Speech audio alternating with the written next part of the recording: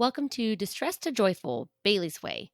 I'm your host, Bailey Raber, here to enlighten you and the rest of the world about one of the most misunderstood mental disorders out there, bipolar disorder. Each week, we're going to learn more about my personal journey with the disorder while leaving you enriched with new information on how you can help better yourself as well as those around you.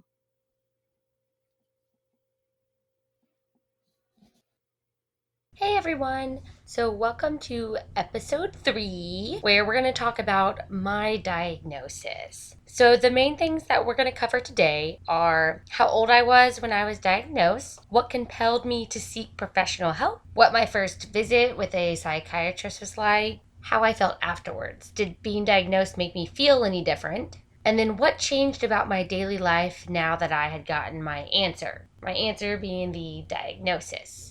So, to kick things off, I was diagnosed when I was 16 years old. I was a sophomore in high school, and it was the spring of 2010. Probably making some of you feel really old right now. I remember walking through the courtyard of Brazoswood High School. Shout out to any B-Wood alumni out there. But I remember walking through there after the diagnosis, knowing that I now have bipolar disorder. And then I remember specifically some conversations in that courtyard, which I'll get into later. I had always felt like something was a little off with me, like mood wise. I knew that I had a lot of anger inside of me. That was something I had carried since I was a kid. And I just kind of felt different and I wanted to figure out what was going on. But then when I found out that my biological dad has bipolar disorder, once I found out about his disorder, I did some Googling because who doesn't Google their symptoms when they think they have something? I mean, come on now. That's what Google is made for, right? But I read about some of the symptoms and they seemed to align with how I felt. So then I did this really weird and tough thing, being 16 years old. I went and I asked my mom to take me to see someone. And the reason that that was so weird and uncomfortable for me back then was because my mom, like a lot of moms out there, tended to have perfectionist qualities about her that kind of bled onto me in not so positive ways. Now, I'm not blaming her for anything, guys. I just want to make y'all aware that I don't blame her for anything that has happened. But I want you guys to understand that perfectionism is a problem, and that's not just a problem with the person who is the perfectionist. It's that it bleeds out to other people and causes problems on them too. With that being said, let's move on to my first visit. I'll kind of touch base more of my feelings with the diagnosis and all of that. But on my first visit, it was really, really rough. I'm not going to lie. I remember sitting in the waiting room. It was cold, like all lobbies for doctor's offices are. Even though this is a doctor's office where you aren't physically sick, so there's no need for it to be freezing cold, like, a physician or, the doctors that you go to when you have a cold or the flu or whatever. So just, wanted to point that out there. But I remember sitting in that cold waiting room in the lobby and filling out paperwork because I was 16 and, they had questions for me. Even though I was a minor, I was still filling out myself. And I remember seeing another kid in the room with his mom. And this kid was a lot younger. He was probably like 4 or 5 years old. But the mom was sitting there filling out paperwork and she looked uneasy and uncomfortable just being in the room. And so that made me start to feel uneasy and uncomfortable being in that room. Because first of all, I never done anything like this before. No one in my family had that I was aware of. But then seeing somebody else being nervous and uneasy about being there was like, oh, I guess I should be nervous and uneasy. I don't know, I was 16. I was just rolling with what other people were doing, I guess. But also, I guess it was the nervousness of, okay, I'm coming here to figure out if I have a mental disorder. And I wasn't quite sure what it would mean, whether I had it or not. I was just looking for an answer. But at the time, I don't think I realized that finding an answer can alter a lot of things. Like, I don't know if y'all have heard the quote, don't ask questions you don't want answers to. Now, that doesn't apply to mental health, y'all. That applies to, like, you're talking to your friend and you ask them a question and they gave you the answer. And you're like, I don't want to hear that. And your friend's like, well, why did you even ask me the question then? That is not the case with mental health. Just pointing that out there. But that's kind of what it felt like afterwards when I got my answer. So when we went in to see the psychiatrist, and yes, I did say the word we, My mom went in with me. She was kind of a helicopter parent back then, and she didn't like us to do things alone, even when we were old enough to do them, and we didn't need her to be there with us. So I remember going in there and sitting with the psychiatrist and just feeling kind of weird. The whole thing felt weird. I mean, the office was small and it was white and it was kind of empty. I mean, he had his degrees on the wall like all doctors do, but there wasn't a table like most doctors' offices are. Because, you walk into a doctor's office to get diagnosed with the flu, which, gosh, if you were like me, you've had that plenty of times in your life. And there's a table with paper on it, and you kind of like lay there and chill because you don't feel good and you're just sick. Well, that wasn't the case with this office. This office had a couch and a chair and his desk. And I remember his desk was facing the wall that I thought was weird. And I especially think is weird now looking back because he continued to sit at his desk and then turned to his chair, which is strange. Anyways, so sitting there, I was sitting on the couch. My mom took a seat in the chair and I started talking to the psychiatrist, and I didn't want her in there. I was coming to see the psychiatrist to see what was up with me, what was going on with my head. And I didn't feel like I needed somebody else in the room to decipher that with me. That's not how this should work. And just to point this out, you guys, I've always been insanely independent. Those of you who know me very well know that that is a fact, and that is sometimes is a very annoying fact, but that's just who I am. So you can imagine me, my independent self, sitting in a room with a doctor, trying to figure out what's going on with me, and to the left is my mom sitting in a chair, not just listening in, but giving input. Oh, that did not go over well. So my mom and I ended up getting into an argument because I didn't want her in there. She felt she needed to be in there. I remember being so embarrassed, and the psychiatrist actually asked her to leave the room because of the argument. He's here to help me, and there's an argument between me and my mom. He asked her to leave, and she was not pleased, but I felt so much relief after that. Because again, I am here for my problems, trying to figure things out for myself. I don't need anybody else to do that for me. And guys, same for you. If you're looking to seek help from a healthcare professional, specifically for mental health, that is something you need to do on your own. On your own. Just throwing that out there. All right, so moving forward, I remember he asked me questions, and I thought it was kind of weird because normally when you go to a doctor, yeah, they ask you questions, but they like take your pulse and they listen to your heartbeat and they look inside your ears and your nose. And me being 16 and having only been to doctors that have always picked and prodded at me like that, I guess I kind of expected them to do the exact same. But he did not. He asked me a bunch of questions and then came up with a diagnosis and told me that I have bipolar disorder and it's bipolar 2. At the time, I just thought it was weird. I was like, how did you ask me questions and come up with an answer like that? But now, after so many years of not just seeing different psychiatrists, which I've seen more than just this one, and talking with my therapist and reading a lot of different things, I've learned that that's what this is, guys. This is all about your brain. They ask you questions, and that's how they figure out a diagnosis. Though sometimes they can misdiagnose, which is why I think it's very important that you find a reputable psychologist or psychiatrist and one who also fits well with your personality. I think both of those are very, very important in the diagnosis process and also there on out with treatment. He gave me the diagnosis and then told me he was going to put me on some medication. And I remember it being a low dose at the time. He said, you take it at nighttime before you go to sleep. Come back in a week. We'll see how you're doing, and then we'll go from there. It was a quick 15-minute session, and that was it. 15 minutes, ask questions, give me meds, I leave. That's it. Really simple, right? So simple. I was so worked up and so nervous for nothing because in reality, not a lot had changed. I went in, I found out I had bipolar disorder, and I got medication that's going to help me. And we'll come back and we'll see how I'm doing and adjust accordingly.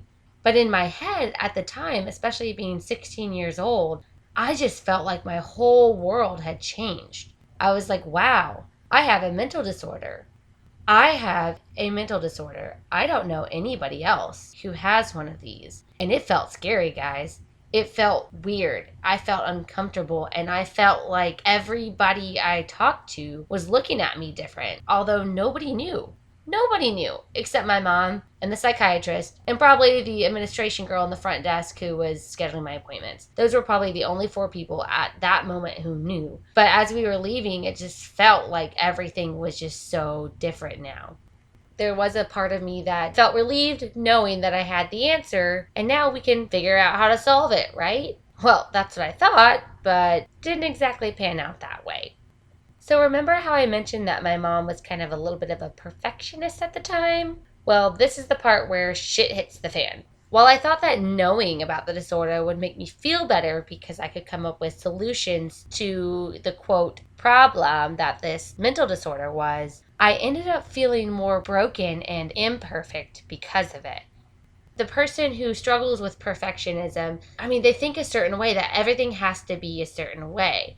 Imagine you have a boyfriend, a sister, a mom who's a perfectionist and they just want everything to be perfect all the time. Which, by the way, in case you're unaware, perfection isn't possible. It does not exist. Stop trying to achieve it. You're never going to. And plus, who wants to be friends with someone who's perfect, anyways? Not me. So, someone who struggles with perfectionism only likes to see things that are perfect. So then they find something that's imperfect, which they always find what's imperfect. Always. That's just part of the thought process behind that. And now, seeing that you have a mental disorder, you're now looked at as imperfect. When you're around somebody who only likes to see perfection and you have something that makes you look or feel imperfect to them, it is such a terrible situation to be in because now I was broken, I was imperfect, and I was a problem. That's how I viewed myself in the eyes of my mom and the rest of my family. Which I know is not true. I know it's not true. I am not broken, and neither are you. Having a mental disorder does not mean that you're broken and that you need to be fixed. It just means that you have to do things a little bit differently sometimes in order to keep your peace that most people may not have to do. That's all it means. But that's definitely not how I felt at all. Back then, my family was your typical highly dysfunctional American family. You guys know exactly what I'm talking about. Well, I'm sure most of you do. But we didn't talk about hard things, ever. We just kind of shoved them under the rug, and sometimes we still do, and just act like the bad things that we said to each other or the mean things that we did just didn't happen. Which, guys, that's not okay. You can't do that. You can't move forward with something if you don't talk about it. So just remember that, please. But also, my family used to do the whole shaming and blaming at each other for almost everything. If something were to happen, we blame somebody. You shame somebody for wearing shorts that are too short or too much makeup and all these kinds of things. Your belly button is showing. You need to put that away. Blah, blah, blah. And it wasn't always like this. I guess it was more highlighted during this time in my life because now I felt super imperfect because of my bipolar disorder. And I felt like I was broken and I was a problem. And so then when other little things were pointed out, I guess it just kind of exemplified how it made me feel. And another thing I know that was really big in my family, which is very big in a lot of other families too, which I can't get behind this, guys. I really can't. But I had to get all A's in school, or if not, I would get punished harshly. Which the problem with that, looking back, is they would punish us for things that we did wrong, but not really talk about the things. It was more so, you didn't get all A's, you can't go hang out with your friends this weekend, you have to stay home and study. Boom, that was it. I don't agree with that because I am the type, I don't like to be controlled. If I am being told what to do, I'm going to do the opposite. I mean, oh man, it's so funny. My boyfriend, he recently discovered, I don't know why it's taken 26 years for somebody to figure this out in my life, and he figured this out within 4 months of knowing me. But he discovered instead of telling me to do something, he suggests that we do something together in order to force me to do something. Like when I had the hiccups recently, he kept telling me, hold your breath and they'll go away. And I said, no. No, no, no, no. And finally he goes, we're going to hold our breath and count to 10 together. And I looked at him and I laughed so hard because he knows my personality and he knows me pretty well at this point. But the fact that he figured out really quickly a way to try to get me to do something he needed me to do by making it look like a fun activity we can do together. Y'all, that I was laughing so hard at that. I thought that was hilarious. And totally use that tactic on anybody else in your life who's like me, who doesn't like to be told what to do. Make it fun, make it something you do together in order to get them to do it. Like eating vegetables. A lot of people don't like to eat vegetables. Make it fun and do it together. That's how you get them to do it. Sorry, I got a little sidetracked from the original topic. But anyways, so because of all of this, with my family being dysfunctional and we don't talk about things, my bipolar disorder was not talked about. It was kind of shoved under the rug. My mom, I don't think she told many of her friends. I didn't feel comfortable telling anybody because, I found out this really big piece of me. I had been missing the title of this piece, I guess you can say.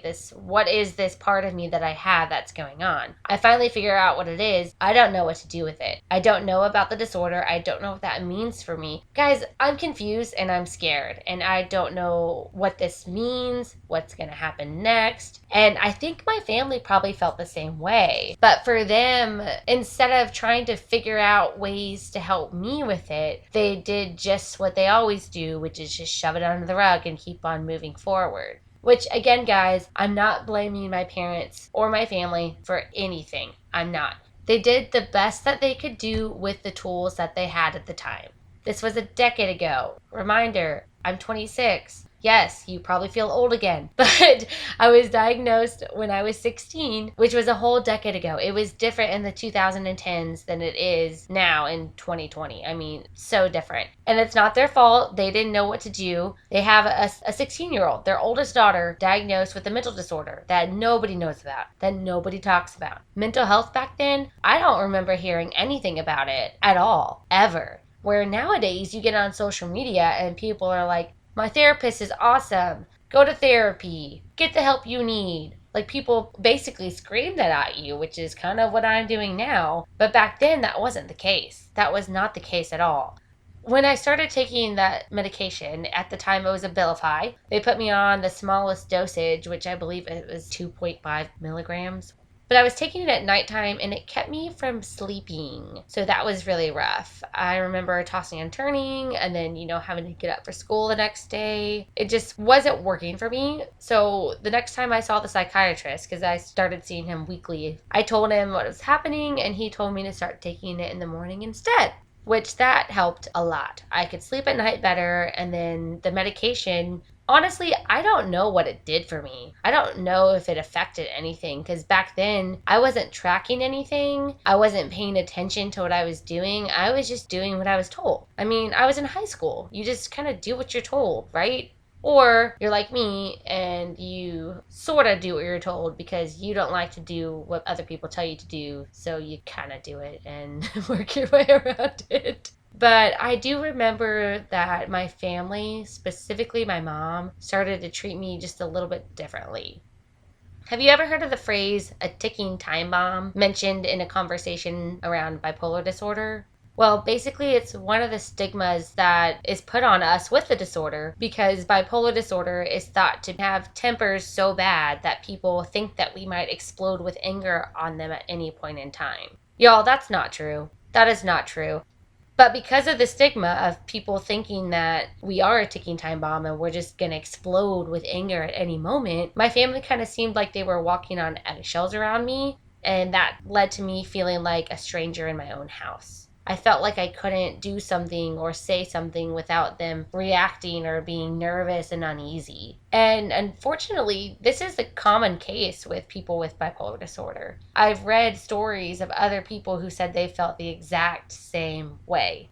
I don't know how we can get that to stop except for continuing to talk about it. But guys, I remember just feeling so bad and feeling so terrible and like I wasn't wanted and I couldn't be around people because they were afraid of me. And other people have felt the same way after being diagnosed too. Y'all, that's not okay. There's nothing wrong with anyone who has bipolar disorder. We're not crazy. We're not going to explode on you. We're just normal people who want to be loved and want to love just like everybody else out there. And we would really appreciate if you would just treat us like that.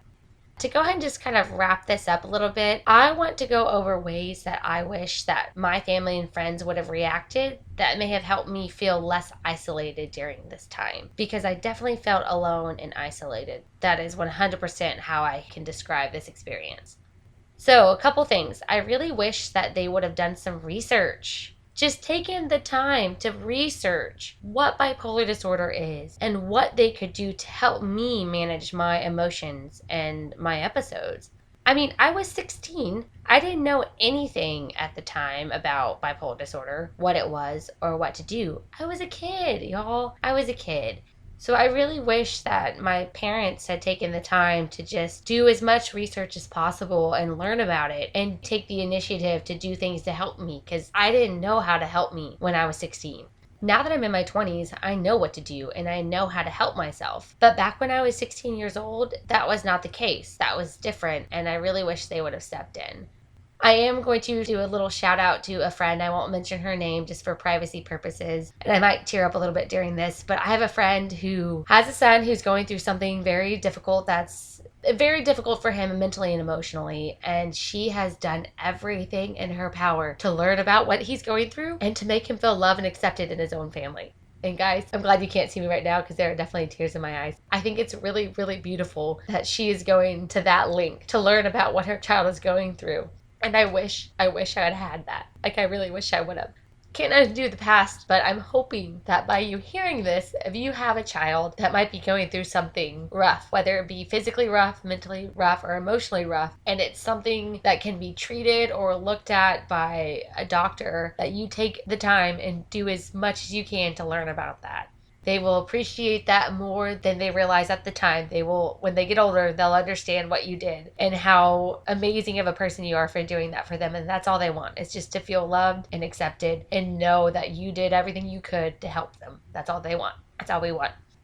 Communicate. That's the next thing. So I wish that they would have communicated to me just anything to help me know that I'm not alone, that this happens to a lot of people, and that this is okay. My family didn't know how to communicate, but I had to learn as a 24-year-old. I had to learn how to effectively communicate with others because I was never taught that. And I know a lot of y'all aren't taught that either. So I was put into a situation where I was forced to learn, and it was hard. I wasn't used to it. And gosh, man, if my family would have had these skills and been able to communicate to me that nothing's wrong with me, everything's going to be okay, and that I'm not alone, that would have made a world of difference with this diagnosis. And I just wish that could have occurred. I know that I can't undo the past, and again, I'm not blaming my family for anything. But I'm just letting you know that if you have someone in your life who may be going through a similar process of a diagnosis of any sort, that I want you to do whatever you can to communicate to them that they are not alone and that you are here for them and that you will walk with them through whatever they're going through and you will be there to support them. I also really wish that they would have been open to listening to my thoughts and what I was struggling with and to see how they could help.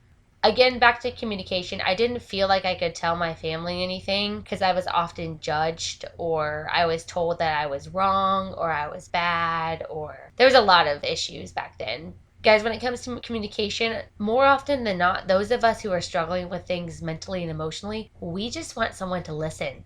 I tell my boyfriend all the time, I'm venting to you because I just want you to listen. I don't want you to solve my problems. You can't solve my problems. Only I can solve my problems. But sometimes I just got to get it out, because if I bottle it up, then it stays bottled up. And bottled up emotions come out when they're not wanted, and they come out in very ugly ways. I have done so many things that I regret. I've done them out of the emotions that were so bottled up inside of me that they did explode at some one little stupid thing. And that's because I let them stay inside me and fester up and turn into a shitstorm explosion, which nobody wants that. And then the last thing I really wish they would have done was to make me feel safe and at home in my own house. Like, I wish they would have just reacted a little bit differently and assured me that our house was a safe house, that we could talk about anything, and that nothing I said or did would change how they looked at me or how they felt about me. I'm going to say that one more time. I wish that they would have let me know that nothing I did or said would change how they looked at me or how they felt about me. That is super powerful and super important. I want you guys to just let that sink in for just a moment. But I also wish that they would have found ways to try and pull me in as I was trying so hard to pull away. By that I mean I was pushing my family away because I didn't feel loved, I didn't feel accepted, I didn't feel wanted. So while I was pushing them away, I really wish that they would have reacted in a sense of trying to pull me in, but not just pull me in, because they were definitely trying to pull me in by all means of control and power as possible. I wish they would have tried to pull me in with the forces of love and kindness and openness about wanting to be there for me and to help me and support me. Forcing someone to do something, forcing someone to be around you and to connect with you is never going to work, you guys. I will tell you that from experience, hands down. That will never, ever work. But instead, letting them know that whenever they're ready, you are here for them. You are here to listen to them when they're ready to talk. You are here for them if they ever need a shoulder to cry on. That's the kind of things that we need. That's not just people who are diagnosed with a mental disorder, guys. That's anybody out there. That's your friends, that's your sister, that's your brother, that's your mom, that's your boyfriend, it's your coworker. Guys, that's anybody. That's the kind of openness we need to have with each other as a community, because everybody needs somebody sometimes. Whether we are willing to admit that or not, we all need someone sometimes. Okay, so that was a lot. A lot, yeah. Wow. Thank you for sitting with me while I explained my diagnosis out loud and what that was like. I don't know about you, but I'm glad that that's over with. I'm sure you are too. Moving forward, next episode, we're going to go over what it was like for 16-year-old Bailey to find out she's got a mental disorder while being a high school sophomore. All I wanted was to get support from my friends, and you may or may not be surprised as to how this actually goes. So, until next time, take it easy, stay grateful, and be joyful.